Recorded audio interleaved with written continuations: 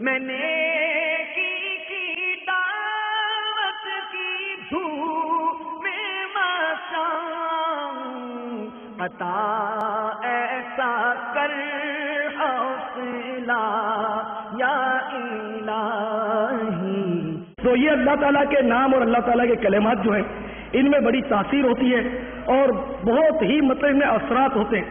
اگر یہ کہ جذبہ کامل ہو اور عقیدہ مستحکم ہو تو انشاءاللہ ان کے فوائد بھی ضرور حاصل ہو۔ تو اگر خدا نہ خواستہ کبھی کسی جن سے واسطہ پڑ جائے، کہیں آپ ویرانے میں جا رہے ہو کہیں آ جائے، تو لاہور شریف پڑھ لیجئے، اچھا، یا سورہ فلق اور سورہ ناس پڑھ لیجئے، آیت الکرسی پڑھ لیجئے، تو انشاءاللہ وہ آپ پر حاوی نہیں ہو سکے گا اللہ کی مدد سے۔ اللہ تعالیٰ اول تو امتحان میں مبتلا نہ کرے، لیکن کبھی اگر جان پر بن جائے تو ڈریے گا نہیں، آج ڈر گئے تو گئے کام سے، پھر وہ حاوی۔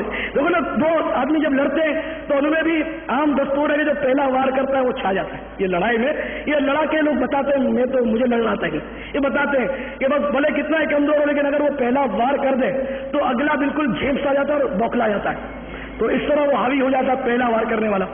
تو اسی طرح اگر جن کے سامنے بھی ڈر گئے، جیسے بندے کے سامنے ارے نہیں ارے نہیں ارے نہیں، تو اس نے سوار ہو جانا ہوتا ہے اگر کوئی ظالم پکڑ لے، ہے نا؟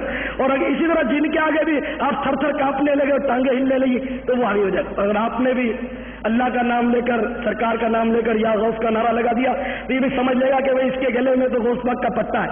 اگر ہم غلاموں کے گلے میں غوث پاک کا پٹا پڑا ہوا، لائسنس پڑا ہوا ہے، تو جن بھوت پلیت بھی انشاءاللہ ہاتھ مارتے ہوئے پہلے سوچے گا کہ یہ تنہا نہیں ہے، اس کے پیچھے کوئی ہے، اس کی پیٹھ مضبوط ہے۔